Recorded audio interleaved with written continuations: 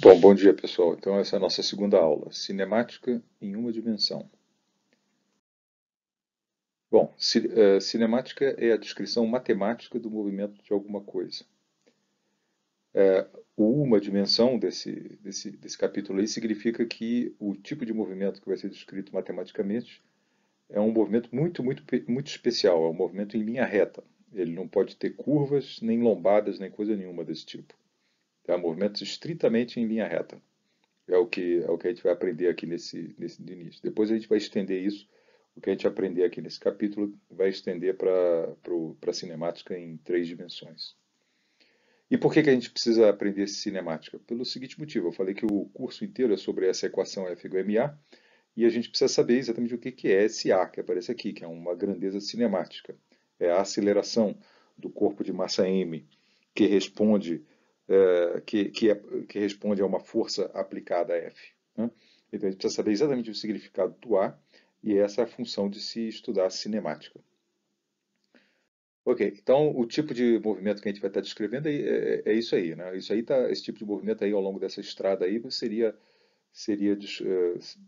ok, né? Movimento em linha reta, não tem curva, não tem lombada, pelo menos aparentemente, né? Isso aí, um movimento de um carro aí nessa rodovia aí poderia ser descrito da maneira como a gente vai descrever. Observe que eu não estou falando nada sobre se o carro está acelerando com velocidade constante, ele pode estar fazendo o que quiser, tá? Mas ele vai ter que estar sobre essa linha reta que tem. O movimento de um carro ao longo de uma estrada sinuosa como essa, a gente não vai aprender a fazer isso aqui agora, só depois lá nas aulas 5, 6 e 7, lá com a cinemática vetorial, é que a gente vai saber dizer alguma coisa sobre isso. Esse tipo de estrada aí, movimento nessa estrada aí também não serve, apesar dele você dizer assim, em linha reta, não é em linha reta estritamente, porque ele sobe e desce, né? Então esse tipo de situação aí exige cinemática vetorial, o que a gente vai aprender agora não se aplica a esse caso. No entanto, tem um tipo de movimento que é muito importante que está incluído aí nesse nosso, nesse nosso tratamento desse capítulo aí, que é a queda livre vertical. Quando você solta um objeto, né, um objeto sem velocidade inicial nenhuma, simplesmente larga ele, ele cai em linha reta. Né, o movimento dele é vertical e em linha reta. E esse tipo de movimento vai ser descrito da maneira como a gente vai aprender aqui nessas duas próximas aulas. No entanto, isso aqui está ok. No entanto, o movimento de projéteis, que é um movimento de queda livre também, mas com a diferença de que o objeto que está sob a ação da gravidade, ele é lançado com uma velocidade inicial não vertical, né?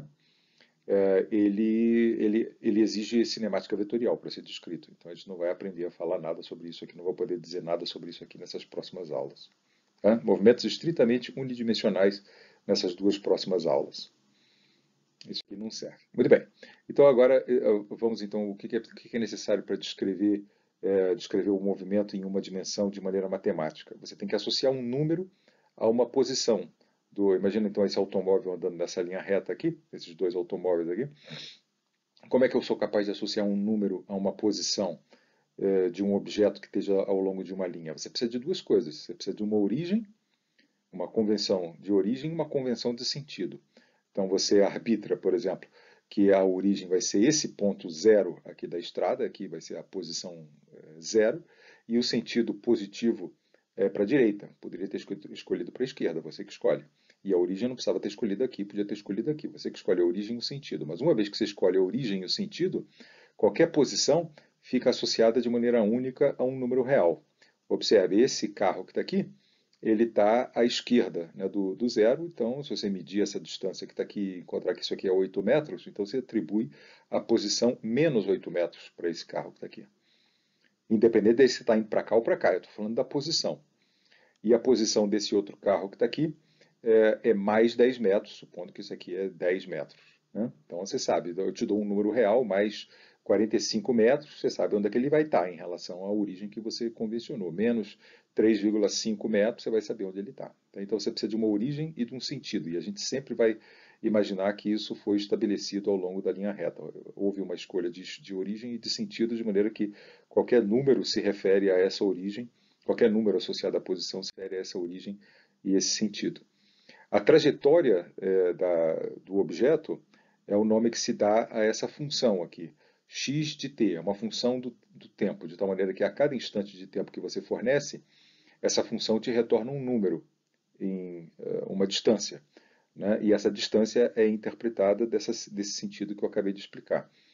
Então, essa função x de t aqui contém a expressão essa função contém a expressão completa da posição da partícula em todos os instantes de tempo. Ela informa onde é que está a partícula, que é o valor de x, a cada instante de tempo, que é o t. Okay? Essa função do tempo é a descrição matemática completa do movimento. Tá? Então não há nada mais a saber além desse x de t. Tá? Então a descrição completa do movimento em uma dimensão, é uma função x do tempo. Okay? No entanto, você pode dizer assim, tudo bem, o x de t me informa onde está a partícula em todos os instantes de tempo, em qualquer instante de tempo. Mas suponha que eu gostaria que eu quisesse saber não apenas aonde a partícula está num dado instante, mas também para onde ela está indo. Se ela está indo para a direita ou está indo para a esquerda naquele instante. Eu dizer, ó, o carro está em x igual a 3 metros. Né? Você não sabe se ele está indo para a esquerda, se ele está parado, se ele está indo para a direita. Né? Então, será que tem alguma maneira de você inferir o movimento da partícula? Tem, a gente vai ver que mais adiante como obter essa grandeza que eu estou descrevendo como para onde ela está indo, como a velocidade que a partícula tem e a aceleração da partícula, como que a gente consegue obter essas duas grandezas a partir do x de t. De tal forma que vai ficar claro no fato de que a velocidade e a aceleração sendo derivadas dessa função, fica clara a centralidade desse x de t. Dele a gente obtém tudo, inclusive a velocidade e a aceleração da partícula. A velocidade e a aceleração da partícula não são independentes do x de t. A informação sobre elas está contida dentro da função x de t. Tá certo? E a gente só tem que aprender a extrair isso. Né? Muito bem. Então, primeiro, sobre a interpretação do gráfico x de t. Muitas vezes, a trajetória da partícula, ou frequentemente a trajetória da partícula, em uma dimensão é expressa, é uma função, como eu falei, é uma função x de t, e uma função x de t tradicionalmente é expressa como um gráfico. Aqui está um exemplo. O eixo vertical, aqui a gente coloca o eixo x, medido em metros, aqui você tem que colocar a escala na qual as distâncias são medidas, se é metro, quilômetro, centímetro, ou o que seja. E o tempo também, dizendo em escala, se isso aqui é segundo, minuto, hora, ou o que seja. Né? Então, por exemplo, isso aqui é um exemplo. Então, tem uma curva aqui com aparência parabólica. E o que significa isso do ponto de vista do que a partícula está fazendo? Eu falei que essa função contém a descrição completa, e de fato contém. Ela diz em qualquer instante de tempo onde é que está a partícula. Né? Então você interpreta da seguinte forma: a partícula está se movendo em uma dimensão, então eu suponho que concretamente seria uma estrada, dessa forma que está aqui, né, onde a origem, o zero aqui do eixo x, corresponde à origem lá que você arbitrou, você pintou de vermelho lá uma referência na estrada, e o sentido positivo de x, x positivo para cima, x negativo para baixo. Significa que você orientou para cima o sentido positivo. Né? Então, o que essa partícula aqui está fazendo? Em t igual a zero, ela está em x igual a zero. Ela está aqui? Não, ela está aqui, na verdade, a partícula está em x igual a zero. À medida que o tempo vai passando, ela vai indo para trás. Está vendo aqui?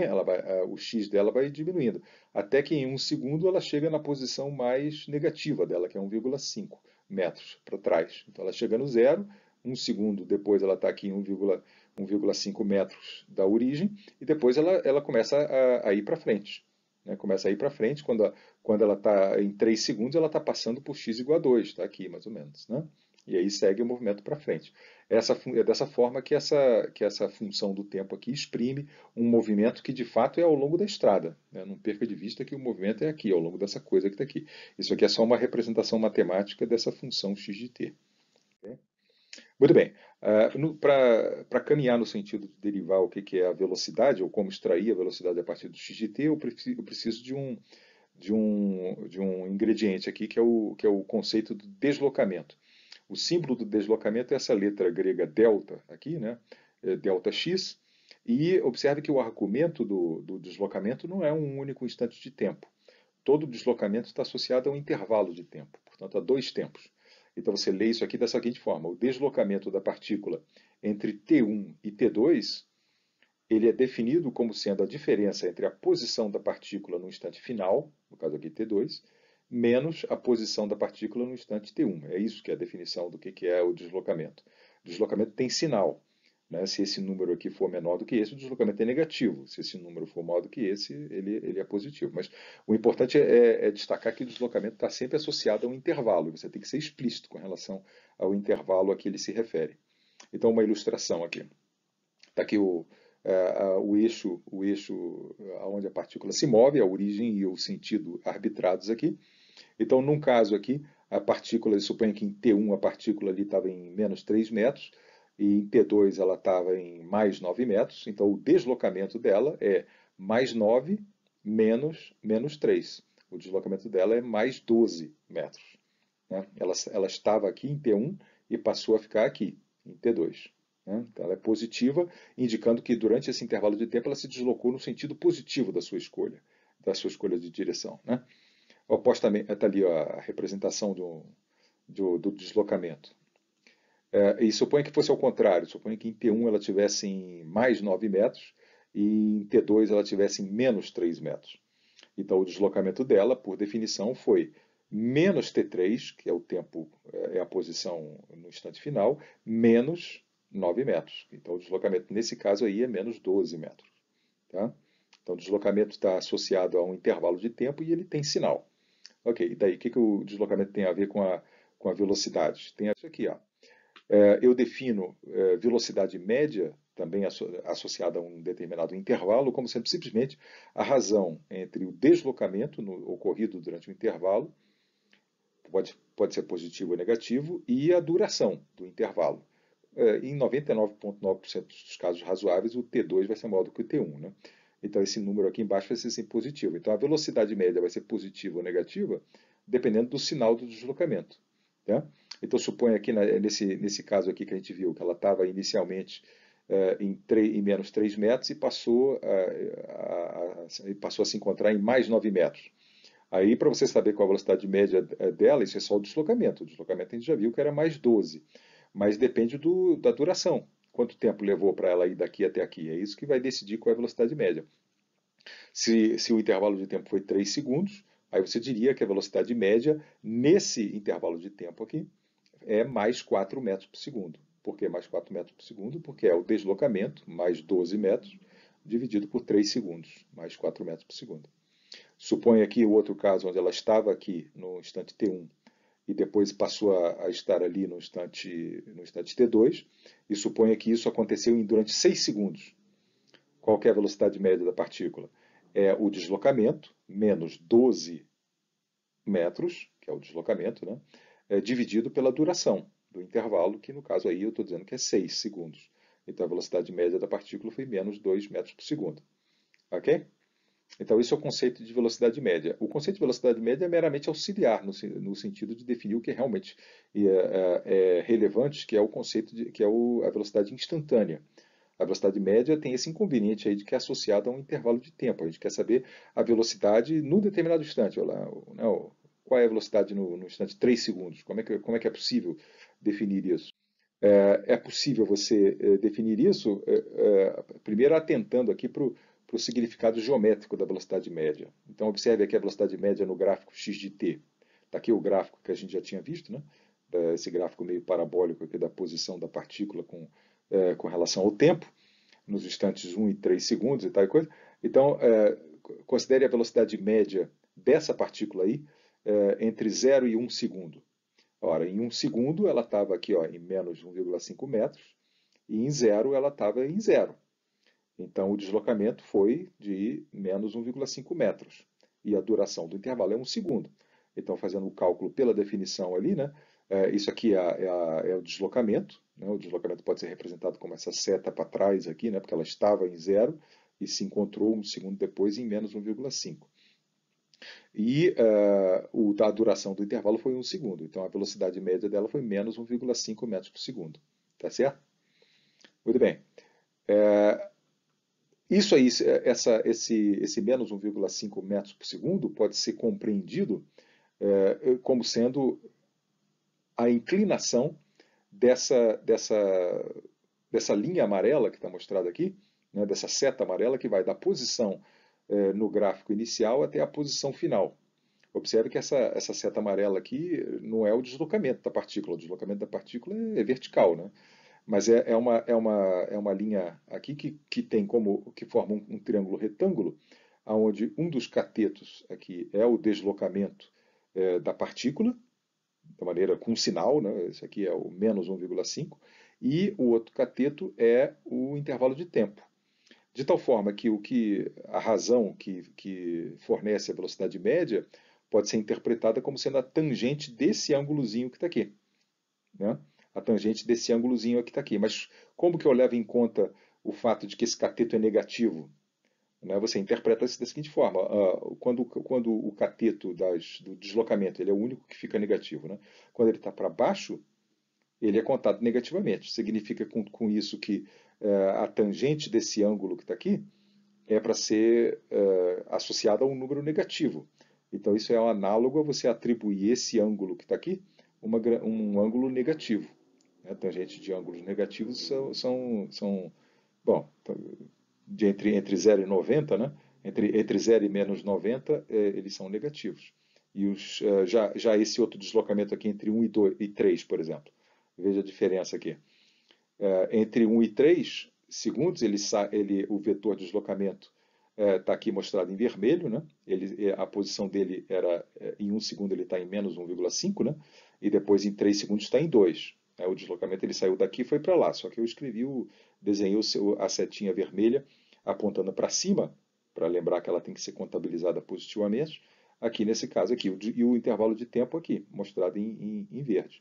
Né? Então, a velocidade média, que é a razão desse número sobre esse número que está aqui, por definição é isso, né? Mais 3,5 metros, que é o deslocamento, dividido por 2 segundos, que dá aquilo ali. Esse 1,8 metros por segundo pode ser interpretado também como sendo a tangente desse ângulo que está aqui, desse ângulo dessa hipotenusa que está aqui. Por que motivo?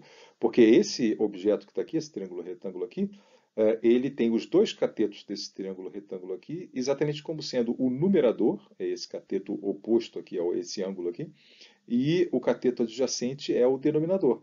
Consequentemente, o ângulo dessa inclinação aqui, dessa linha amarela, desse vetor, dessa seta amarela que está aqui, fornece exatamente, numericamente, a velocidade média. Tá bom? Isso aí simplesmente, eu estou definindo essa coisa aqui, dessa coisa da velocidade média, só para chegar na definição da velocidade instantânea. Tá? A gente não vai se ocupar muito aí com essas coisas de velocidade média, não. Muito bem. Agora, o conceito de velocidade instantânea. O que é a velocidade num certo instante de tempo? Ela é um limite, né, de um deslocamento ocorrido num intervalo de tempo minúsculo, né, entre t e t mais dt. Tá? Onde dt aqui é o deslocamento, né, a duração, é o intervalo de tempo do deslocamento, ele aparece aqui no denominador dt. Isso aqui é exatamente a definição de velocidade média. Eu chamaria isso da velocidade média no intervalo de tempo entre t e t mais dt. Só que eu tomo o limite aonde o dt vai para zero. Eu considero dt's arbitrariamente zero, próximos de zero.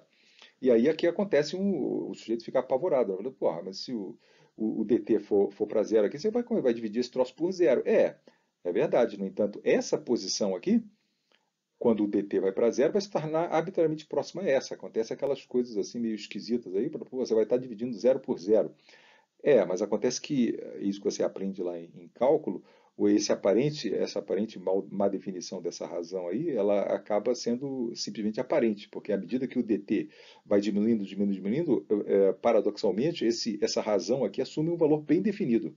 E a gente pode mostrar isso, digamos assim, geometricamente a partir daquela analogia com a inclinação associada à velocidade média. É isso que eu vou tentar fazer aqui, né, para tentar argumentar que essa razão, que aparentemente é mal definida, porque quando o dt vai para zero, esse número vai para zero e essa posição ficam arbitrariamente parecidas, né? Então o numerador e o denominador ficam aparentemente tendendo a zero. No entanto, a razão entre os dois não é mal definida, ela tem um número bem definido associado a essa razão. Tá? E como é que eu te convenço disso? Então imagina aqui, você tem um trechozinho aqui de uma trajetória, né? E esse é um instante de tempo, t, e essa aqui é a posição da partícula x de t. Vamos considerar aqui um dt finito, não dt, um instante de tempo t, o tempo final vai ser um t mais dt. Então vamos lá. Está aqui, um intervalo de tempo dt graúdo, assim, né? Então a velocidade média estaria associada à inclinação dessa linha amarela que está aqui, né? Veja só, esse cateto aqui seria o deslocamento, não é isso? Essa é a posição t, você entendeu o desenho, né? E essa posição que está aqui, exatamente aqui onde está o cursor, é t mais dt. Por isso que essa distância aqui é dt. E esse aqui é o deslocamento que aconteceu. A partícula estava aqui e passou a estar, estava aqui, desculpe, e passou a estar aqui no instante t mais dt. A partícula está aqui em t, está aqui em t mais dt. O deslocamento dela é esse e a duração do intervalo de tempo é dt. Então, a velocidade média nesse intervalo de tempo dt aí mostrado é a razão disso por isso. Claramente tem um valor bem definido. Essa coisa aí não tem valor mal definido, coisa nenhuma. Agora vamos diminuir aqui o dt, fazer um dt pequenininho. Abraão, diminuiu o dt. Bom, mas ainda assim, né? É a razão disso aqui. Por isso aqui ainda dá um número definido. É a tangente daquele ângulozinho que está ali. Daquele catetozinho ali. Possivelmente ela dá a impressão de que ser um pouquinho menor, né? Um pouquinho menor do que o ângulo anterior, né? Então essa tangente aqui deve ser um pouquinho menor do que a outra ali, mas não deve ser muito diferente. Aí você consegue, agora eu não consigo desenhar nada menor do que isso aqui, você consegue imaginar o que acontece quando o dt vai para zero. Quando o dt vai para zero, o que acontece é que a inclinação dos minúsculos triângulos que você vai começar a desenhar ali, vão todas elas vão ser todas elas associadas à tangente dessa inclinação aqui, que é a linha que tangencia a curva azul naquele ponto. Então a velocidade instantânea nesse instante de t aqui vai ser dada por o quê? Vai ser dada pela inclinação, pela tangente, né, dessa linha reta aqui que tangencia a curva x de t no ponto t, onde você quer saber a velocidade. Como assim a tangente? Você simplesmente faz isso. Você tem a curva azul ali, você pega uma régua ali, traça uma tangente naquele ponto onde você quer saber a velocidade. Agora, tá, e daí? O que é a velocidade instantânea? A velocidade instantânea vai ser a tangente desse ângulo. Que ângulo? Esse ângulo aqui, entre essa inclinação aqui e a horizontal. E a horizontal aqui. Como se você tivesse um triângulo aqui, imagina um triângulo retângulo de qualquer tamanho aqui, né? E calcula a razão disso sobre isso aqui, que você vai ter a velocidade instantânea no instante de tempo t. Tá? Isso aí convence você que à medida que esses triângulozinhos aqui associados à velocidade média vai diminuindo, você acaba não com uma coisa mal definida, né? A razão do deslocamento pelo intervalo de tempo não se torna mal definida, ele vira uma inclinação perfeitamente bem definida. Esse troço aqui tem uma inclinação, né? Tem um ângulo associado com a horizontal, tá certo? E esses ângulos seguem aquela convenção que eu mencionei no slide anterior, né? Se traça aqui a horizontal aqui, né? Esse ângulo aqui é positivo, é contado positivamente. Em oposição, nesse caso que está aqui, a velocidade instantânea seria negativa. Ó, a velocidade aqui instantânea aqui é positiva. A velocidade instantânea aqui vai ser negativa. Aqui é a mesma construção. Então começa lá, esse instante de tempo t, e eu pego um instante t mais dt aqui, tá certo? Aí, nesse caso, a posição da partícula em t, olha aqui, em t, onde é que está a partícula? A partícula está aqui. E onde é que ela está em t mais dt? Ela está aqui. Então, ela se deslocou daqui para cá. É esse catetozinho aqui com essa seta aqui para baixo. Né? Esse catetozinho aqui contabilizado negativamente. E o outro cateto é esse que está aqui. Então, a velocidade média vai ser o ângulo, esse ângulo que está aqui, né, da inclinação aqui dessa linha amarela que está aqui com a horizontal, mas contabilizado negativamente. Tá certo? É a razão disso, por isso tem um valor perfeitamente bem definido, negativo. Né? E aí eu diminuo o dt, e aí acontece isso aqui, né? Eu trago esse dt aqui cada vez mais perto, cada vez mais perto, cada vez mais... Os triangulinhos aqui ficam minúsculos, né? Fica um triangulinho aqui minúsculo, mas a razão entre o catetozinho e o catetozinho horizontal e o catetozinho vertical aqui acaba virando a inclinação dessa reta tangente que está aqui. O nome dessa velocidade aqui seria negativa. A velocidade instantânea nesse instante de tempo aí, nesse caso aqui, seria negativa, nesse caso aqui seria positiva. E o sinal geométrico de que esse é o caso aqui são dois. Um é mais difícil de ver, o outro é mais óbvio aqui. O primeiro é óbvio que a velocidade é positiva aqui, porque nesse instante de tempo aqui, a partícula está indo na direção positiva, né? Ela está subindo aqui, o x está crescendo. Ao passo que aqui, nesse instante de tempo que está aqui marcado, a partícula está indo para trás, né? Então a velocidade dela é negativa, mas você pode ver isso pela inclinação também, né? Inclinação negativa significa isso, que ela faz um ângulo negativo com a horizontal, uma, uma inclinação positiva, que imagina aqui a horizontal aqui nesse sentido, ela forma uma inclinação positiva com a horizontal. Tá? Essa digamos assim, é a explicação de por que essa estranha definição aqui faz sentido e por que ela produz um número muito bem definido. Tá? Esse processo, é claro, que eu estou ilustrando aí é o que se chama da derivada, o que eu estou tentando argumentar aí de maneira geométrica e meio complicada aí, é que a velocidade instantânea é simplesmente a derivada temporal da função x de t. É dessa forma que fica estabelecido matematicamente aquilo que a gente mencionou alguns slides antes aí, né? Que do conhecimento do x de t, eu consigo obter a velocidade, simplesmente fazendo essa operação dx dt. Você aprende lá em cálculo como na prática, como operacionalmente, você calcula derivadas. Então você aprende, por exemplo, que é uma série de regrinhas lá no final da história que são demonstradas e depois você passa a usar elas como se fossem regrinhas. Né? Você primeiro aprende a derivar polinômios, por exemplo, aqui um polinômio cúbico, né? A vezes t ao cubo, você aprende que a derivada dessa coisa que está aqui é obtida por essa regrinha. É memorizar mesmo essa coisa aqui. A demonstração, é claro, de por que isso, é matemática, né? Mas ninguém depois que aprende a razão pensa mais na razão, simplesmente vai usando direto. Né?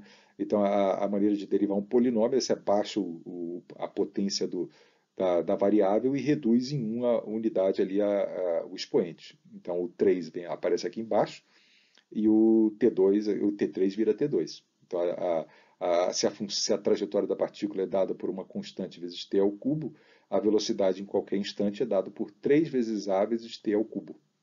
Okay? Depois que você aprende a derivar polinômios, funciona para qualquer potência, t a 5, inclusive potências fracionárias. Né? A raiz quadrada de t, você trata como t a 0,5. Né? A derivada de t a 0,5 é 0,5 vezes t a menos 0,5. Tá certo? Depois que você aprende isso, a próxima escala de dificuldade de derivada aqui é a derivada de função trigonométrica. Aí, função trigonométrica, aqui um exemplo aqui da função seno. Suponha que a trajetória da partícula é a vezes seno de uma... A é uma constante, né? Vezes seno de b vezes t. Aí você vai aprender lá em cálculo que a maneira como você procede para a derivação é a derivada da função seno. É a função cosseno, a seno vira a função cosseno, o argumento não permanece inalterado, e você deriva o argumento do seno. Aí aparece um b, né? A derivada de b vezes t, de acordo com essa regra aqui de cima, é b. Então a derivada disso aqui é a vezes b vezes cosseno de pt. E por último aqui, a gente não vai ver mais funções do que polinômios trigonométricos e exponenciais. Né? Por último, se a função for uma função exponencial, c vezes exponencial de d vezes t, a derivada da função exponencial é a própria função exponencial. Então ela repete aqui exponencial de d vezes t, mas você tem ainda que derivar aqui o argumento aqui da função exponencial, por isso que aparece o d ali. Né? Então isso aqui é só para indicar que eu só vou esperar que vocês saibam fazer derivadas de polinômios. Tá? Tem alguns exercícios na lista lá para você praticar isso. Esse tipo de coisa aqui eu não vou cobrar, não. Mas é isso que você vai aprender lá em cálculo 1. São essas regrinhas aí para derivar funções de tal maneira que, uma vez proposta uma função do tempo t mais cabeluda possível lá, envolvendo senos, logaritmos, exponenciais e o que seja, frações, raízes e coisa e tal, você sabe lá escrever, computar, né, a derivada. É isso que você aprende em cálculo 1. Tá? E para a gente isso é útil por causa disso, né? Porque a velocidade instantânea da partícula é a derivada da trajetória da partícula. Tá certo? Bom, então eu vou fazer um exemplo aqui então. Então imagina aqui que eu tenho a estrada linear, né? O caminho linear onde a partícula vai se mover, e eu já escolhi aqui a origem, e o sentido positivo é para cima, aqui, tá?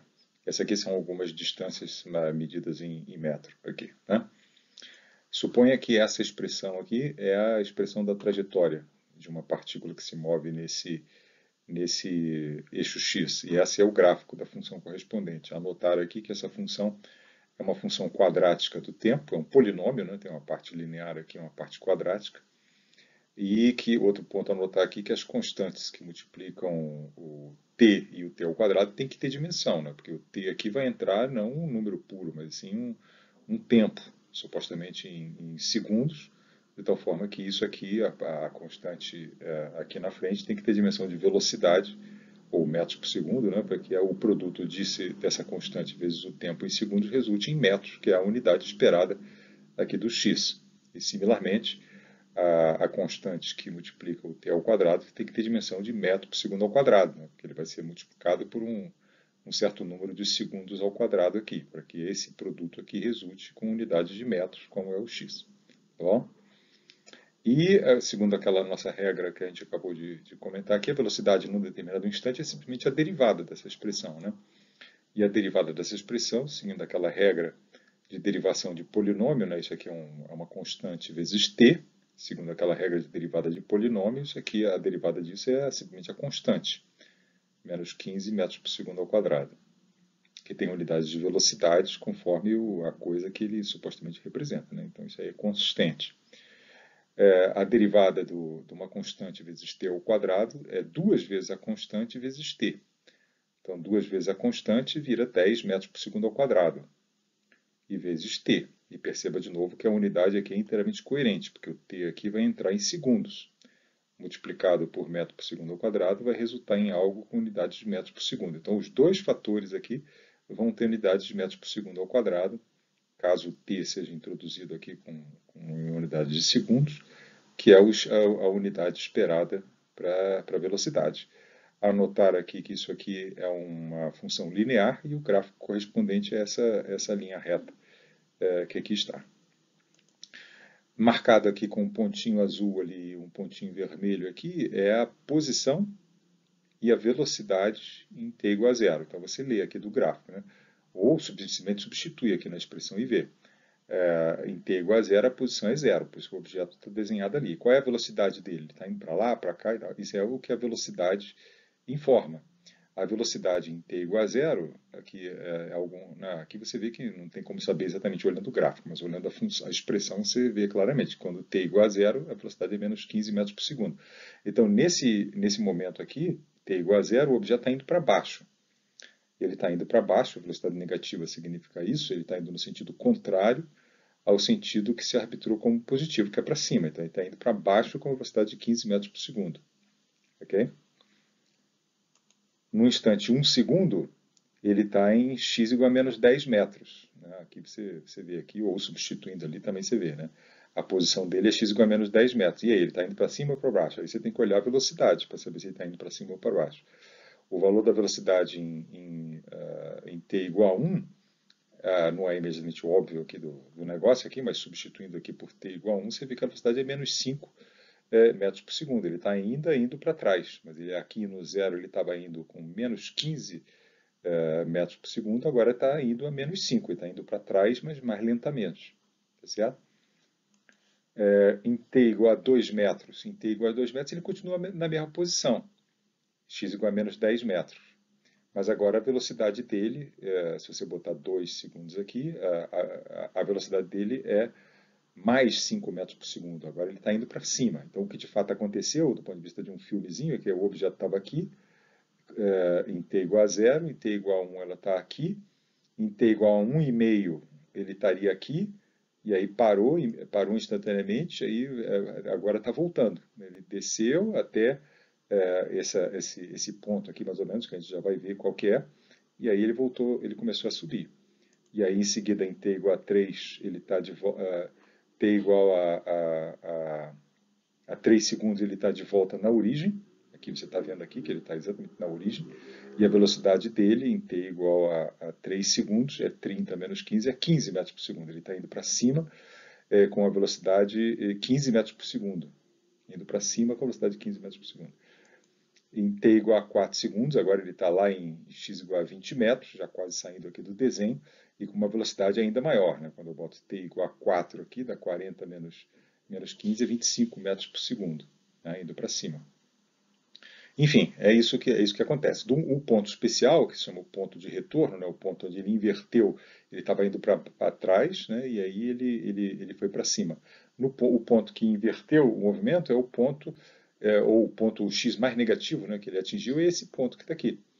Nesse ponto aqui, quando ele inverte, ele deixa de estar descendo e passa a estar subindo, a velocidade dele é exatamente zero. Num ponto de inversão de sentido, quando o objeto está indo para baixo e passa a ir para cima, ele tem que necessariamente parar instantaneamente. Ou ao contrário, se estivesse indo para cima e eventualmente passasse a ir para baixo, naquele instante de inversão do sentido do movimento, a velocidade é zero.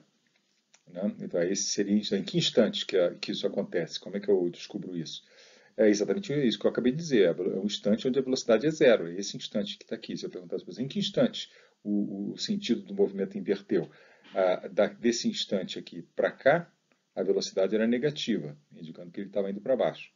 Desse instante para cá, a velocidade é positiva e ele estava indo para cima. A velocidade se inverte de sentido exatamente quando ela passa por zero. Então, esse é um instante aqui de inversão de movimento. Aí você resolve em que instante, em que t esse v aqui igual a zero. No t igual a 1,5 segundos. Né? 1,5 vezes 10 dá mais 15, né? E exatamente cancela. Então, no t igual a 1,5 segundos é o instante onde ele inverte o movimento. E onde ele estava? Ele estava nessa posição aqui. É a posição mais negativa do movimento dele, né? Quando ele para instantaneamente. Se você botar aqui t igual a 1,5 segundos, você descobre que esse x aqui corresponde a menos 11,25 metros. Né? Um pouquinho aqui, mais ou menos. Esse foi o ponto da inversão do movimento. Bom, então isso aí é a ilustração sobre velocidade instantânea, aceleração instantânea, que no final das contas é o que a gente está interessado, porque é o que aparece na segunda lei de Newton. Ela é definida de maneira análoga. Eu não vou fazer todo o processo, mas você podia definir a velocidade média no intervalo e dizer que a aceleração instantânea é uma velocidade média quando o intervalo de tempo tende a zero. Mas isso você já sabe que isso aí vai resultar na operação da derivada da expressão matemática da velocidade instantânea, então eu já vou usar isso direto. Né? A aceleração instantânea, ou aceleração, né? A gente nem usa o atributo instantâneo porque é a única que interessa. A aceleração no instante t é a derivada da expressão matemática da velocidade. Como a expressão matemática da velocidade em função do tempo é a derivada da posição, da trajetória em função do tempo, você diz que a aceleração é a derivada segunda, esse é o símbolo, né? d ao quadrado, da posição, da trajetória, né? De x de t, dt2. Então, a velocidade instantânea é a derivada primeira da trajetória e a aceleração é a derivada segunda. Mostrando mais uma vez aquilo que eu falei para vocês, que o ponto, que a informação sobre o movimento da partícula está contida nessa função matemática. Dela você tira a velocidade e a aceleração. Tá? Não existe mais nada a saber além da função x de t. Todo o resto é obtido por essas operações matemáticas aqui de derivação. Uma vez para você obter velocidade ou duas vezes para você obter aceleração. Então, exemplo aqui que a gente já viu, né? Se suponha que a expressão da trajetória seja um polinômio, que nem aqui um polinômio simplesinho, aqui a vezes t ao cubo. A expressão da velocidade, de acordo com a regra da derivação dos polinômios, é 3a vezes t ao quadrado. Você continua tendo um polinômio aqui, né? Um polinômio aqui que é uma função quadrática, simplesmente, né? E aí a derivação, se você sabe derivar t3, você sabe derivar t2. A derivada de novo da velocidade para obter a aceleração, o t2 vira 2t, né? A derivada de t2 é 2 vezes t. Então a aceleração em função do tempo é 6 vezes at. Essa aqui isso aqui funciona para t ao quadrado, o t ao cubo ou para qualquer outra potência. Podia ser nem necessariamente precisava ser inteira. A potência pode ser negativa, fracionária ou o que seja. A regra para derivar potências é essa, o expoente da variável aparece multiplicando, né, a variável e o novo expoente da variável é o antigo, digamos assim, subtraído de 1. Okay? num grau de dificuldade um pouquinho acima, tem uma função trigonométrica, que a gente já viu, né? Suponha que x de t seja essa função trigonométrica, a seno de b vezes t. Aí a regra de derivação de função trigonométrica é assim, a derivada do seno é o cosseno. Então o seno vira cosseno. E o que se chama de regra da cadeia na derivação exige que você derive digamos assim, o argumento, né, o argumento do seno, que é bt, que é a derivada de b vezes t, de acordo com essa regra precedente aqui, esse de b. E ele aparece multiplicando o cosseno. Então, a derivada de a vezes seno de bt é ab cosseno de bt, como você vai aprender lá em cálculo. E, de novo, agora você deriva a função cosseno de bt, né, para obter a aceleração. A derivada da função cosseno não é a função seno, é menos a função seno. Então, daí o sinal menos aqui, o seno de bt. E aí você tem que derivar também, de novo, com a regra da cadeia, derivar o argumento da função cosseno aqui, que no caso aqui é b vezes t, e aparece esse b extra que está aqui. Tá? E por último aqui o caso exponencial, suponha que a função aqui seja uma função exponencial, c é uma constante exponencial de b vezes t, a derivada da função exponencial é a própria função exponencial, então o exponencial de dt se repete aqui, né? E você só ganha um d aqui porque você tem que derivar o argumento aqui, o d vezes t. Agora, CD vezes exponencial de dt é virtualmente igual a isso aqui, né? Só apenas, em vez de ter um C aqui, você tem um CD. Então, quando você deriva de novo essa coisa aqui, você obtém um outro D ali, né? Então, fica CD ao quadrado vezes exponencial de dt. Essas duas coisas que estão aqui, eu não vou exigir que vocês saibam, não. Nem nos problemas lá das listas aparecem derivadas de funções trigonométricas exponenciais. Só estou mostrando aqui porque vocês depois vão aprender isso aí em cálculo e vão enfim, vão ter conhecimento disso aí. Mas o que a gente vai trabalhar são só essas derivadas simples aqui de funções polinomiais. Tá certo?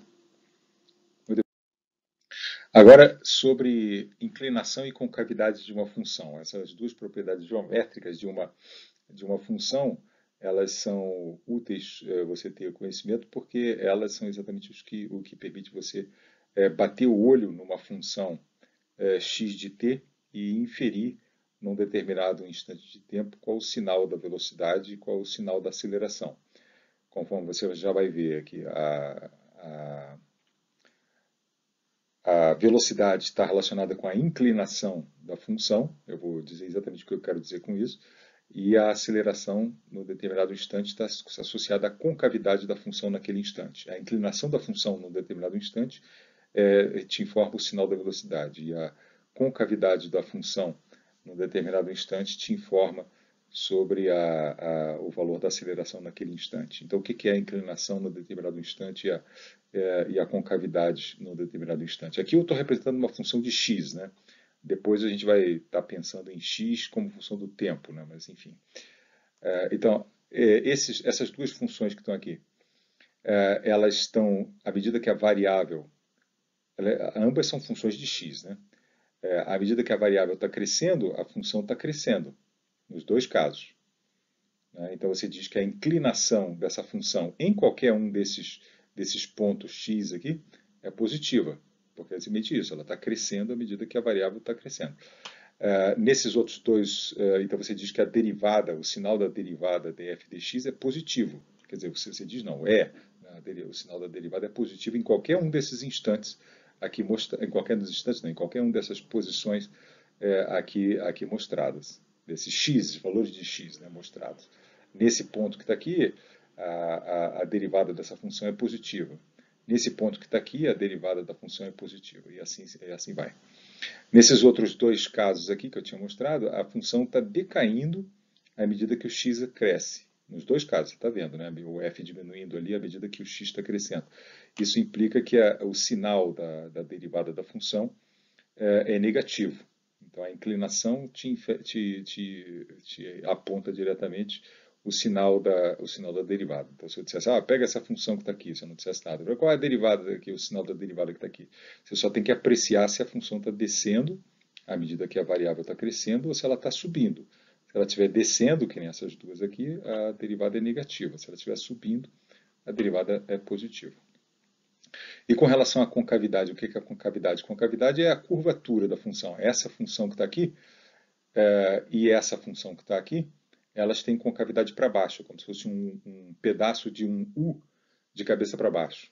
Isso aqui é a definição do que é concavidade negativa. Tá vendo que seria um pedaço de um U, né, um ramo de um U, apontando para baixo, e aqui também. Diferentemente desses dois casos aqui, que ele tem um ramo de U aqui para cima e um ramo de U para cima. Aqui. E o sinal e a concavidade da função é isso. A concavidade dessa aqui é negativa, assim como a concavidade dessa aqui é negativa. E a concavidade dessa aqui e dessa aqui são positivas. E a concavidade está diretamente relacionada ao sinal da derivada segunda. Essas duas funções aqui, ó, que têm concavidades positivas. E a desculpe, a derivada segunda dessas duas funções, em qualquer um desses pontos aqui, é positiva. Como é que eu te convenço disso? É simplesmente porque a concavidade te informa sobre a aceleração. Se você apreciar o que está acontecendo com a inclinação da função, quando numa concavidade assim ou numa concavidade assim, aqui é mais fácil de você ver aqui. Você vê que a inclinação aqui é modesta e é positiva, né? Mas está ficando cada vez mais positiva, tá vendo aqui? Ela fica cada vez mais vertical a função quando a concavidade é assim. Em oposição, nesse caso aqui, a derivada nesse ponto que está aqui era fortemente negativa, fortemente vertical, e está ficando cada vez menos negativa. Nos dois casos, a derivada está aumentando de valor. Nesse caso aqui ela é positiva e fica cada vez mais positiva. Nesse caso aqui ela é negativa, mas fica cada vez menos negativa.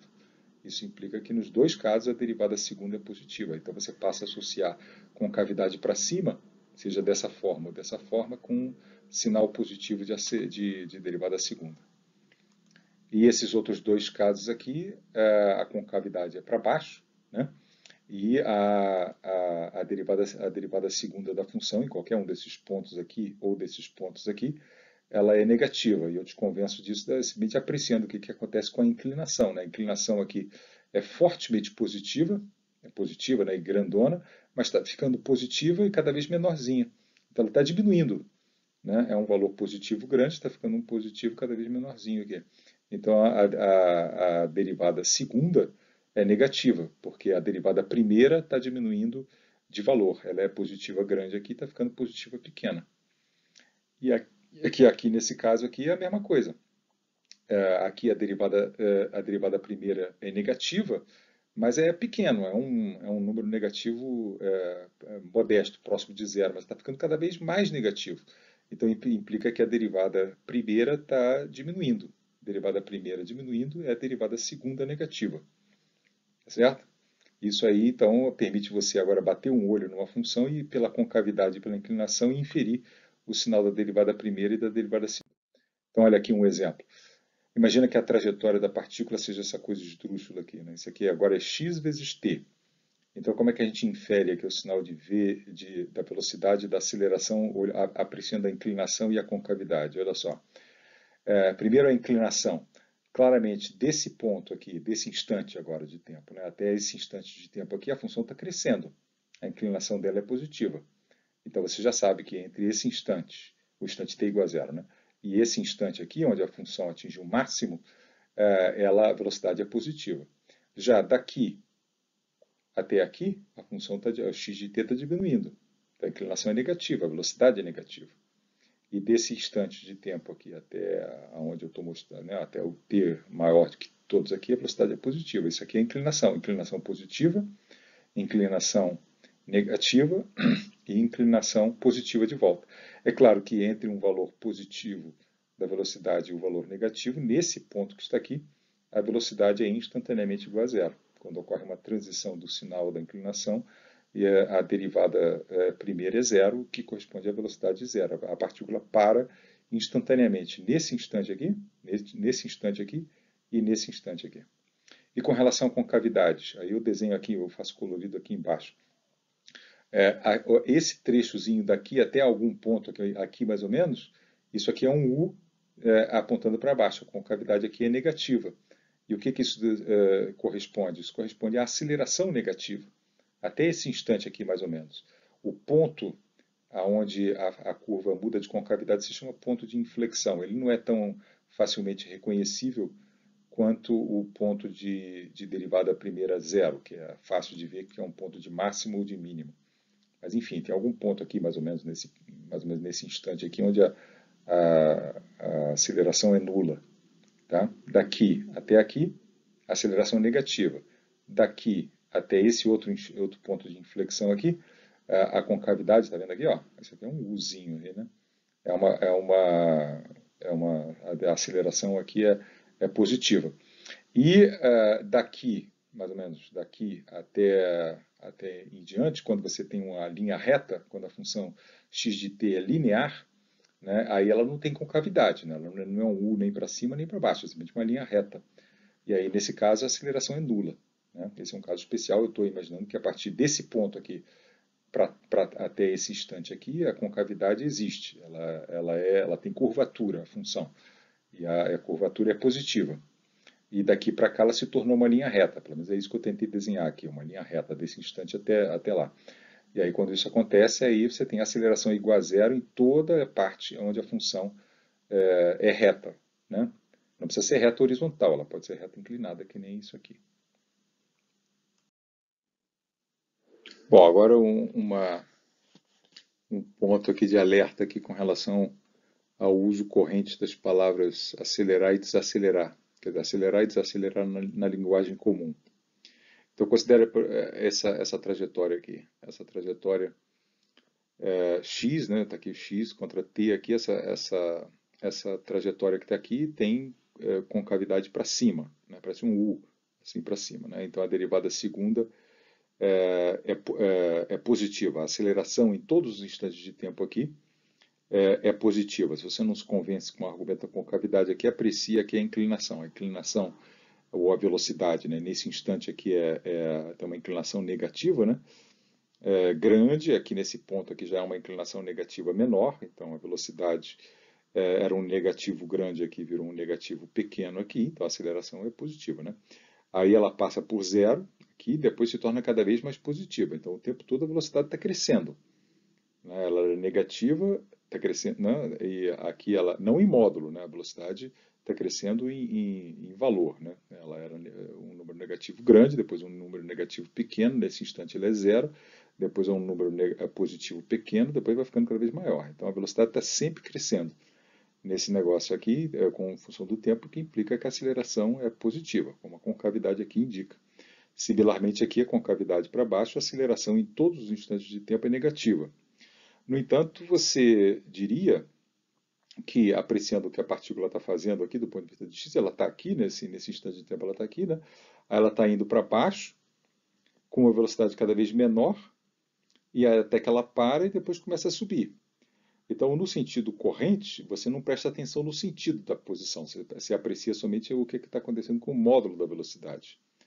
Então, o Galvão Bueno aqui diria o seguinte, que ó, o carro está vindo para trás aqui, mas a velocidade dele está ficando cada vez menor, e ele está desacelerando. Mas no sentido físico propriamente, não. A velocidade dele está ficando era negativa e está se tornando cada vez mais próxima de zero, então a velocidade está aumentando. Em módulo, sim, ela tá diminuindo, né? Mas o nosso sentido de aceleração não diz respeito à variação do módulo da velocidade, sim da variação da velocidade per se, né? Como sinal.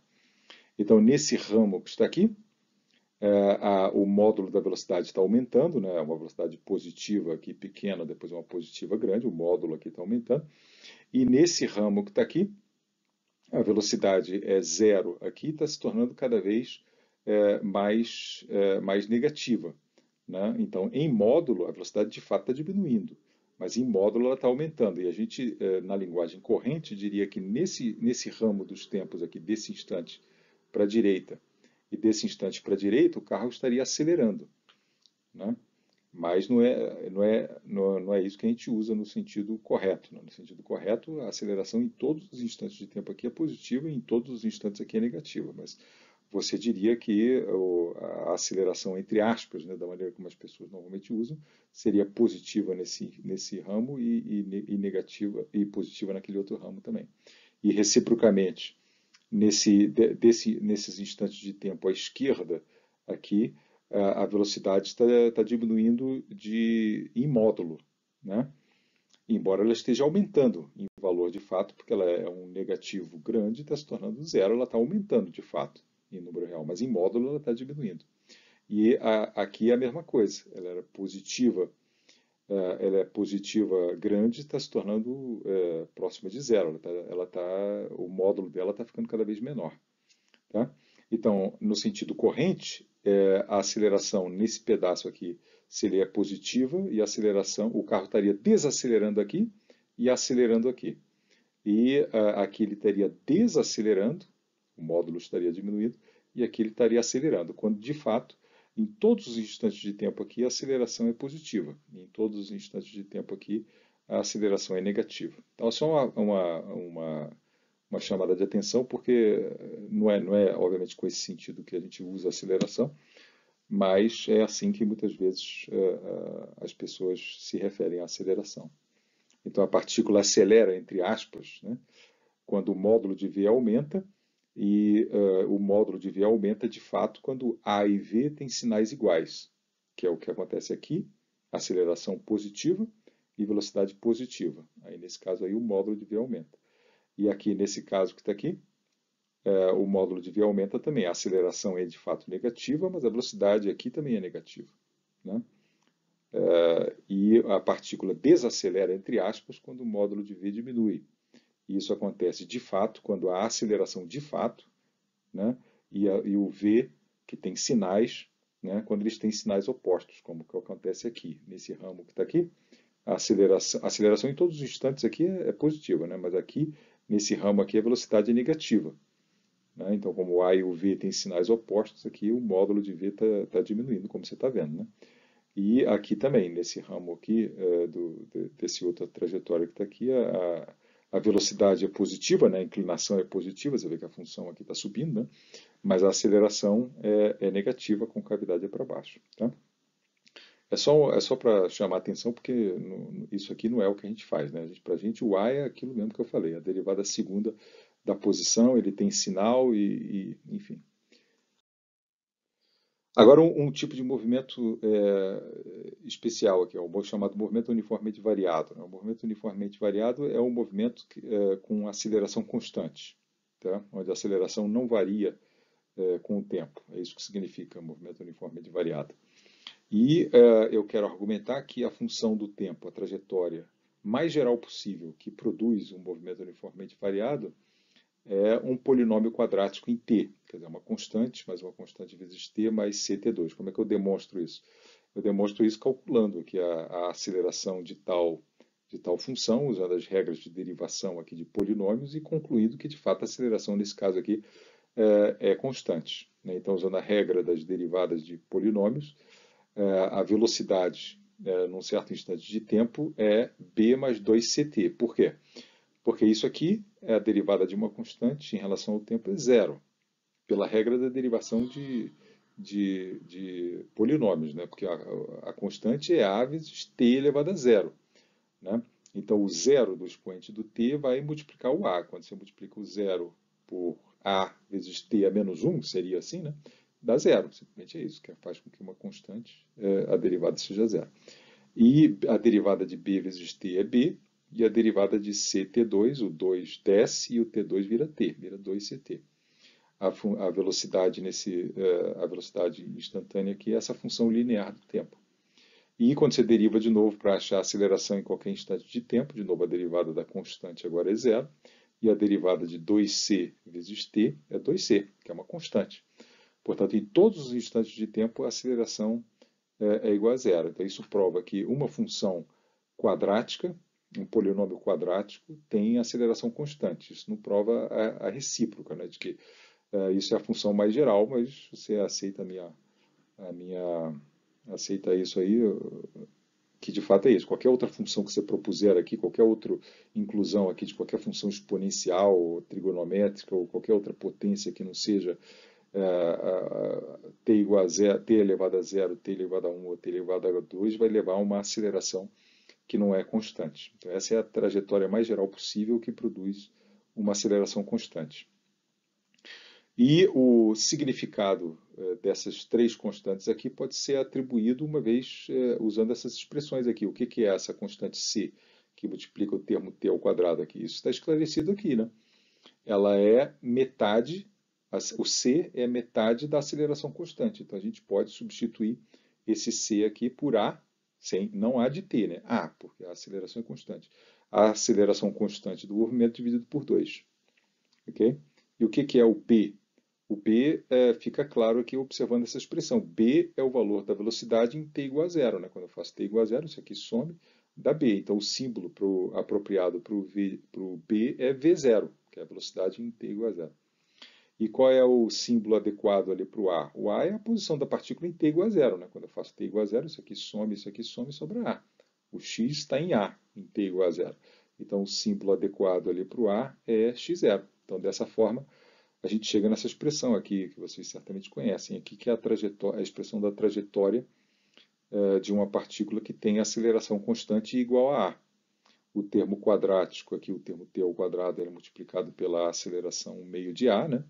O termo linear contém a velocidade v0, né? A velocidade em t igual a zero, e esse termo constante aqui é a posição em t igual a zero. Tá? Ok.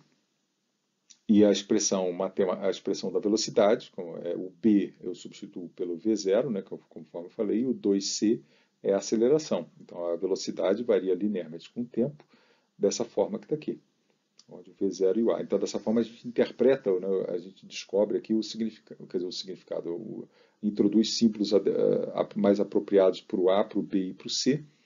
Né, o c, o termo quadrático está associado à aceleração constante, o termo linear à velocidade inicial e o termo constante à posição inicial. Bom, agora deixa eu mostrar para vocês aqui um aplicativo que eu vou disponibilizar ali no site do curso, que serve para você observar o movimento da partícula aqui em uma dimensão e os gráficos da posição, que ele chama de displacement, né? O gráfico da velocidade e o gráfico da aceleração como função do tempo. Então você aqui nesse drop-down aqui, você seleciona o tipo de movimento. Então vamos começar aqui, por exemplo, movimento uniforme. O movimento uniforme é com velocidade constante, né? E aí você aperta aqui o botãozinho do motion e ele executa o movimento aqui, ó. Velocidade constante, está ali a posição, essa seta preta que está aqui. E a velocidade, né? Então, o que é a característica da velocidade constante? A trajetória é uma linha reta. O x de t é uma função linear do tempo. E a derivada de uma função linear do tempo é uma constante, a velocidade é constante. E a aceleração, correspondentemente, é zero. Não tem aceleração nenhuma, essa curva linear, essa curva reta x de t. O x de t é esse aqui, né? O x de t ali não tem curvatura nenhuma. Aceleração rise and fall, né? Subida e queda. Aqui é o movimento, aqui, essa bolinha aqui vai subir, depois vai descer. Aqui, observe aqui e observe a construção aqui do gráfico de x de t, do v de t e da aceleração como função do tempo.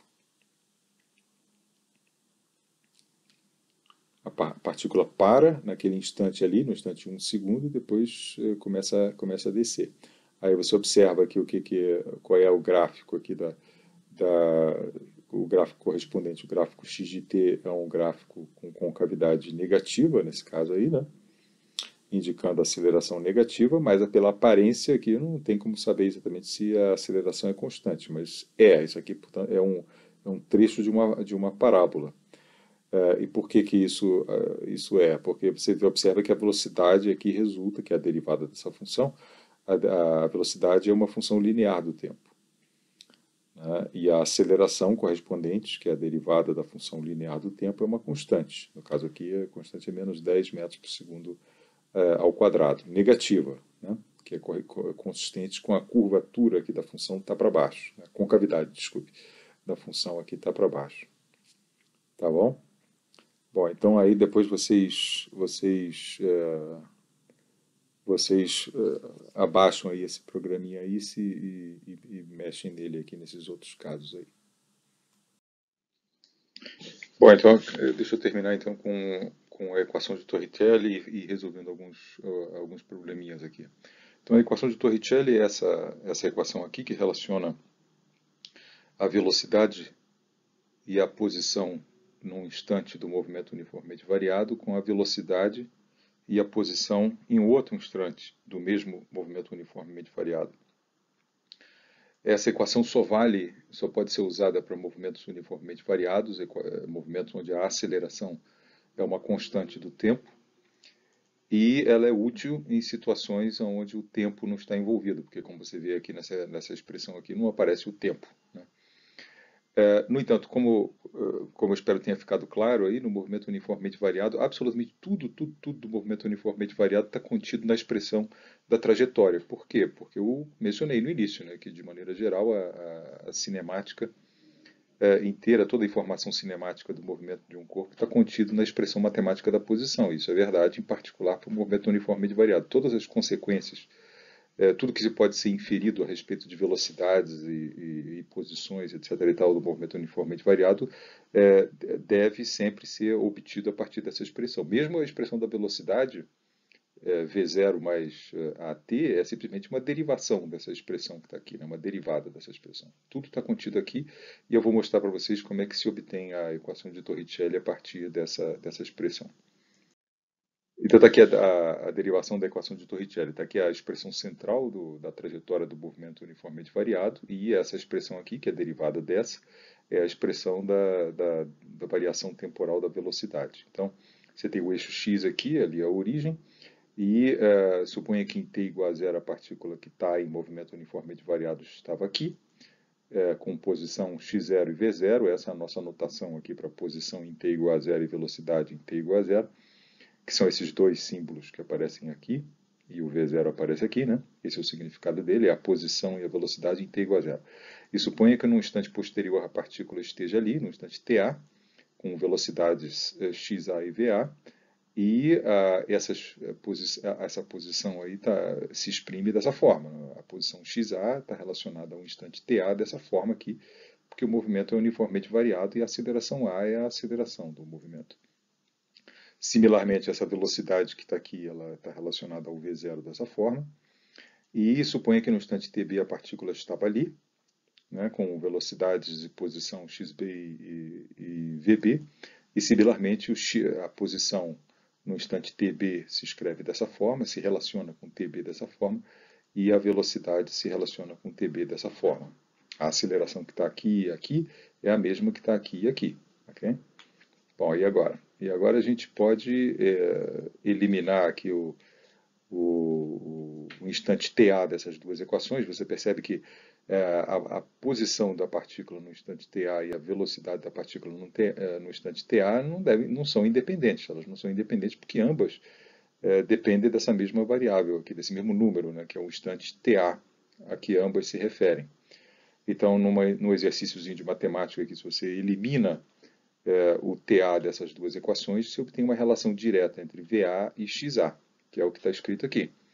Eu simplesmente uso essa equação aqui para reconhecer que o instante TA pode ser escrito como VA menos V0 sobre A, que é isso que está escrito aqui, e coloco no lugar desse TA que está aqui. Esse TA ao quadrado, similarmente, eu escrevo dessa forma. Então agora você tem uma relação que envolve apenas a posição no instante A e a velocidade no instante A. Agora você multiplica aqui essas coisas aqui, faz a continha ali, você obtém essa relação mais simples aqui, entre o XA e o VA. Isso é válido para qualquer instante TA.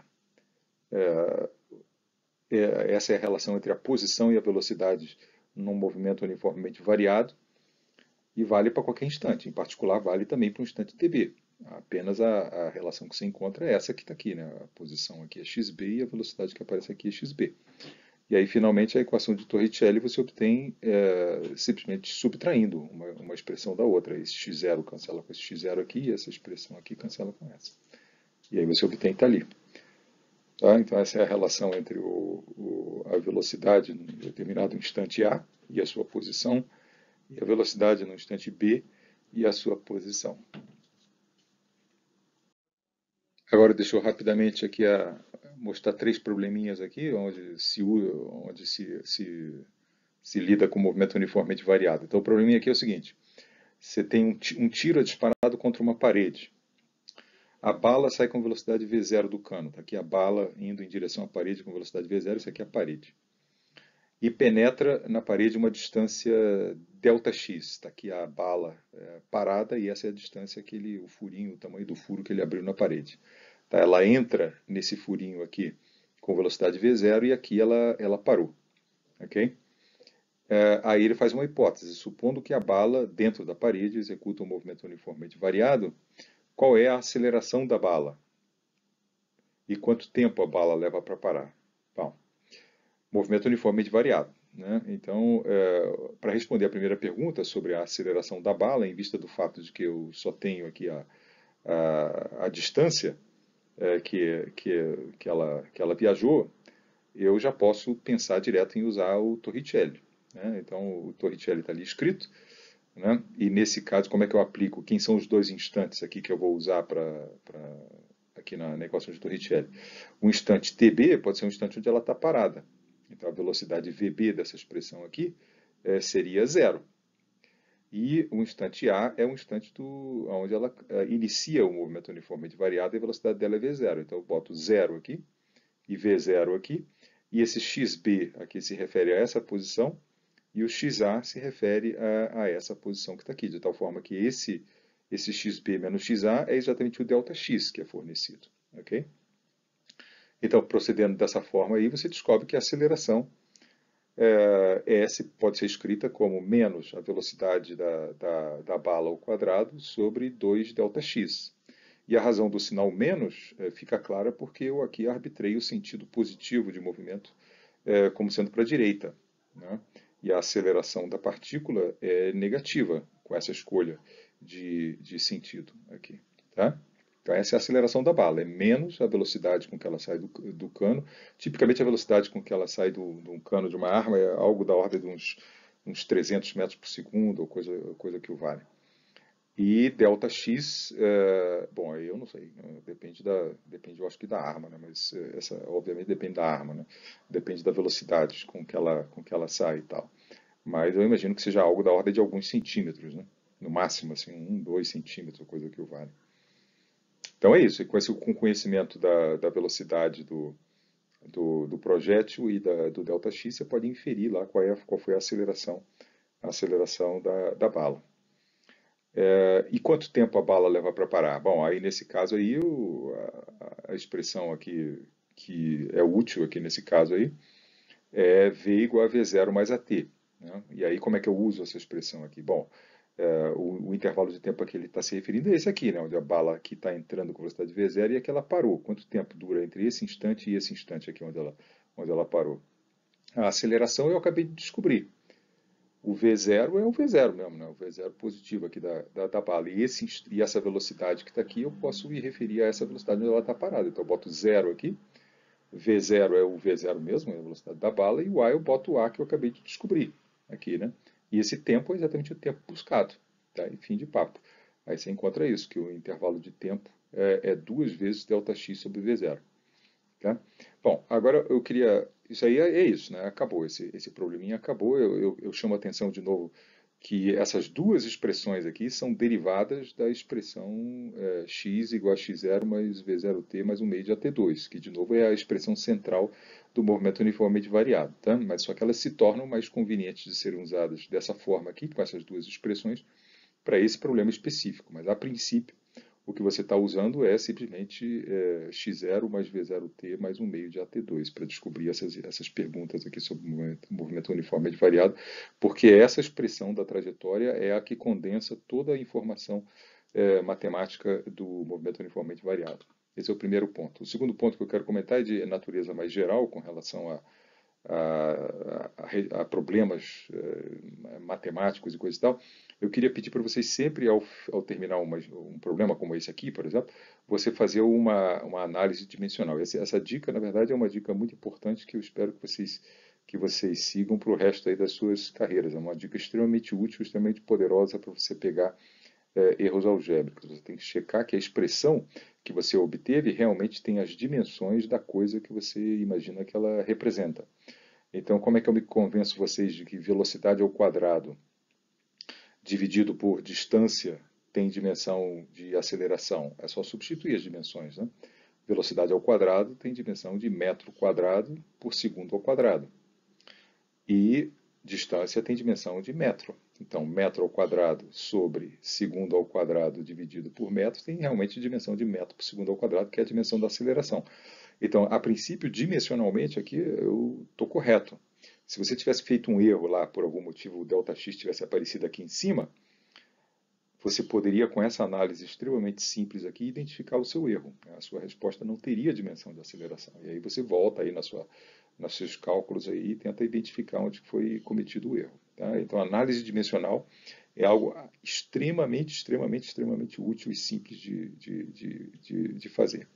Aqui, de novo, como é que você se convence que ΔX sobre V tem dimensão de tempo? É só substituir as unidades. Né? ΔX tem dimensão de metro, e velocidade tem dimensão de metro por segundo, então claramente essa coisa aqui tem dimensão de segundo. Tá? Se eu tivesse cometido um erro e o V0 tivesse aparecido aqui em cima, a coisa que você teria obtido teria dimensão de metro vezes metro por segundo, metro quadrado por segundo, que não é um segundo, então estaria errado. Né? Aí você poderia tentar identificar onde você cometeu o erro. Ok? Ok, outro probleminha então aqui. Então aqui está dizendo, um carro está se movendo a 45 km por hora quando o sinal fica vermelho. O tempo de reação do motorista é 70 segundos. E o carro desacelera a 7 metros por segundo quando o freio é acionado. Então o cara viu o sinal ficar vermelho, mas do momento em que ele vê o sinal ficar vermelho até ele encostar o pé no freio, são 0,7 segundos, é o que ele está dizendo. Né? Depois que ele mete o pé no freio, o carro entra num movimento uniformemente variado com aceleração de 7 metros por segundo, né? Com desaceleração de 7 metros por segundo. Calcule a distância que o carro percorre desde o momento em que o sinal fica vermelho, né? Até o momento que o sinal ficou vermelho. Aí 0,7 segundos são decorridos até ele encostar o pé no freio, e depois um movimento uniformemente variado. Então, desde o momento em que o sinal fica vermelho até o carro parar e o tempo decorrido até a parada. Então, a observação dessa coisa que ele está descrevendo aqui você tem uma sequência. Imagina que isso aqui é a estradazinha, né? É a rua, né? O sinal vermelho está em algum lugar ali e ele se tornou, ele ficou vermelho, né? Então, no instante onde o carro ficou vermelho, imagina que o sinal ficou vermelho e o carro estava aqui, ok? No momento onde ele encostou o pé no freio, é 0,7 segundos depois desse. Durante esse movimento aqui, ele não está freando ainda, né? Então ele está no movimento uniforme, com velocidade constante, de 45 km por hora. Daqui até o carro parar, que é esse outro instante que está aqui o carro está parado. Daqui até aqui, ele está com o pé no freio. Então esse é um movimento uniformemente variado com essa aceleração aqui que ele está fornecendo. Tá? Eu escolhi aqui o sentido positivo para a direita. Então você tem um pedaço do movimento uniforme e um outro pedaço de movimento uniformemente variado. O que ele está perguntando aqui? Ele quer saber a distância que o carro percorre daqui até aqui. Tá? Você tem que calcular a distância do movimento uniforme, com essa velocidade aqui, e depois a distância percorrida no movimento uniformemente variado. Tá certo? Bom, então a expressão é essa aqui. O ΔX tem um pedaço, esse V0TR é o tempo de reação. Esse 0,7 segundos aqui. V0TR é essa distância daqui até aqui, porque dessa distância que está aqui, ele está andando com velocidade V0, então a distância que ele percorre é V0TR. E essa expressão que está aqui é a distância percorrida com o pé no freio, né, até parar. E de onde sai essa coisa que está aqui? Isso aqui sai, por exemplo, do Torricelli. Né? Essa é a expressão aqui geral aí do Torricelli. Você pode imaginar usar essa expressão para esse trecho aqui, daqui até aqui, da seguinte forma: o instante B é esse cara que está aqui, onde ele está parado, então você troca isso aqui por B. O instante A é esse aqui, onde o bicho está ainda com 45 km por hora. E a aceleração aqui se refere a essa coisa aqui, é menos 7 metros por segundo e não mais 7 metros por segundo, né, por conta do fato de que a aceleração é oposta ao sentido do movimento, a velocidade está diminuindo aqui, né? Então ela está se tornando cada vez menor, aqui o sentido positivo das velocidades é para a direita. Então a aceleração é negativa. Nesse caso você tem que botar ali menos 7 metros por segundo. E o xb é essa posição, e o XA é essa posição, de tal forma que XB menos XA é exatamente essa coisa que está aqui que eu queria, né? Então, daí que sai esse V0 ao quadrado, que é esse termo que está aqui, dividido por 2 vezes o módulo da aceleração. Eu não posso escrever aceleração, porque a aceleração de fato é menos 7, né? Então, eu escrevo aqui o módulo da aceleração. Essa é a distância percorrida no movimento uniforme e essa é a distância percorrida no movimento uniformemente variado. Tá certo? Aí você pode botar aí os valores aí que o cara fornece aí. 45 km por hora, 0,7 segundos. Até o cara pisar no freio, ele anda 8 metros. Depois que ele pisa no freio, ele anda mais 11 metros. Tá? Então, o total de 8,8 metros e 11 metros aqui. Tá? E observe aqui o cuidado aqui com dois algarismos significativos aqui, né, por conta do fato de que o enunciado aqui só tem 2 algarismos significativos, está vendo aqui? Então a gente segue aquela nossa convenção ali de sempre obter a resposta com o menor número de algarismos significativos das coisas que são apresentadas no enunciado. Então isso com relação à distância. E o tempo, quanto tempo leva? Isso aqui eu sei, né? Esse tempo aqui ele diz, é 0,7 segundos. E quanto tempo leva esse movimento uniformemente variado que está aqui? O tempo do movimento uniforme, esse TR aqui é o tempo de reação, né? 0,7 segundos. E o tempo daqui até ele parar, você usa a expressão da velocidade, né? V igual a V0 mais AT, você tem a aceleração, né? Você tem o V0 e pronto, é simplesmente V0 sobre o módulo de A. Né? Esse é o tempo para ele parar com aceleração de 7 metros por segundo, de menos 7 metros por segundo, tendo uma velocidade de 45 km por hora, e esse é o tempo de reação aí, que ele diz que é 0,7. Botando os valores aqui, o tempo de reação é 0,7 e o tempo até o carro parar no movimento uniformemente variado é 1,8, total de 2,5 segundos, né? Até o cara parar. Tá certo assim? Ok. Então, esse é o último probleminha aqui que eu vou resolver. Então, você tem um carro parado num sinal, e no exato instante que o sinal abre, uma motocicleta passa por ele a 100 km por hora. Então, está aqui o carro parado e a motocicleta ultrapassando ele aí a 100 km por hora. Se vê aqui é 100 km por hora. Aí ele quer saber qual que tem que ser a aceleração que esse carro aqui tem que adotar para que, no momento da ultrapassagem, qualquer aceleração que esse cara aqui adotar, por menor que seja, ele vai eventualmente ultrapassar o cara da moto, porque com um movimento acelerado, você vai, a sua posição cresce de maneira muito mais rápida do que a posição de um cara que está com movimento uniformemente variado. Então, deixa eu primeiro convencer você de que esse é o caso. Aqui qualquer aceleração, então aqui eu vou representar aqui no eixo vertical aqui as posições, esse aqui é o tempo. Então eu vou representar aqui como uma curva vermelha a trajetória do movimento uniforme. Bom, ele começa aqui em x igual a zero, isso aqui é x, né? X. Então a trajetória da motocicleta aqui é essa coisa vermelha aqui. É em linha reta aqui, né? V vezes t. Já a trajetória do carro ali é uma parábola, né? Só que ela sai da origem, porque o x é a velocidade, a posição x0 dele é zero também, né? A velocidade inicial é zero, então a trajetória dele é um meio de AT2, é uma parábola que tem um mínimo exatamente aqui em t igual a zero, eu só desenho o ramo de cá, né? Então essa é a parábola.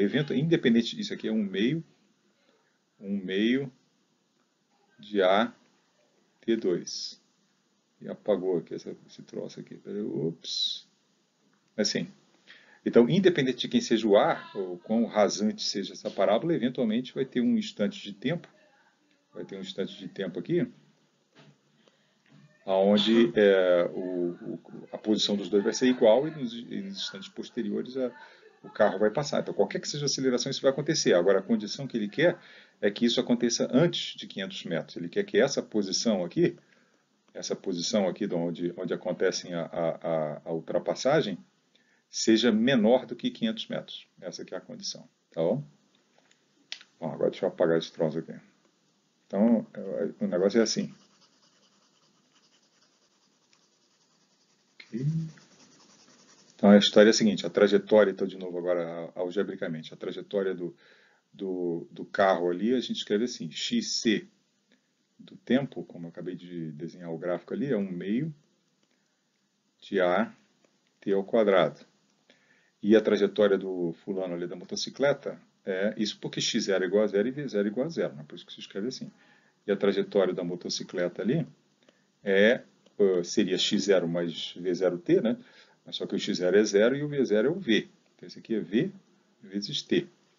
Então a primeira coisa que você pode responder é que em que instante de tempo essas duas posições são iguais. Isso vai marcar um instante de tempo contado a partir do t igual a 0 aqui dessa situação, vai acontecer a ultrapassagem. Só igualar essa coisa com essa, né, e descobrir quem é o tempo. Fazer 1 meio de AT2 igual a VT, e aí você descobre que o tempo da ultrapassagem aqui, chama T estrela, é igual a 2 vezes V sobre A. Não é isso? 1 meio de AT2 igual a VT, o T cancela ali, dá 2V sobre A. Esse é o instante de tempo da ultrapassagem, mas não é isso que ele quer saber. O que ele quer saber é que nesse instante de tempo t estrela, se eu botar o t estrela aqui e botar o t estrela aqui, esses dois números vão ser iguais. E ele quer que esse número comum seja menor do que 500 metros, né? Que aconteça antes de 500 metros. Então eu posso tanto substituir o t estrela aqui ou o t estrela aqui, tanto faz, né? Aí a distância aonde vai acontecer a ultrapassagem, eu posso escrever aqui d estrela, vai ser igual de uma maneira ou de outra, isso aqui vai ser igual a 2V2 sobre A. E a condição é que essa coisa aqui seja menor do que 500 metros. Né? Isso aqui dá uma desigualdade, o V aqui você sabe quanto que é 100 km por hora, e aí você vai obter uma condição de que o A tem que ser maior do que 2V0 sobre 500 metros. Né? A condição é essa aqui, A tem que ser maior do que 2V ao quadrado sobre 500 metros. Ok?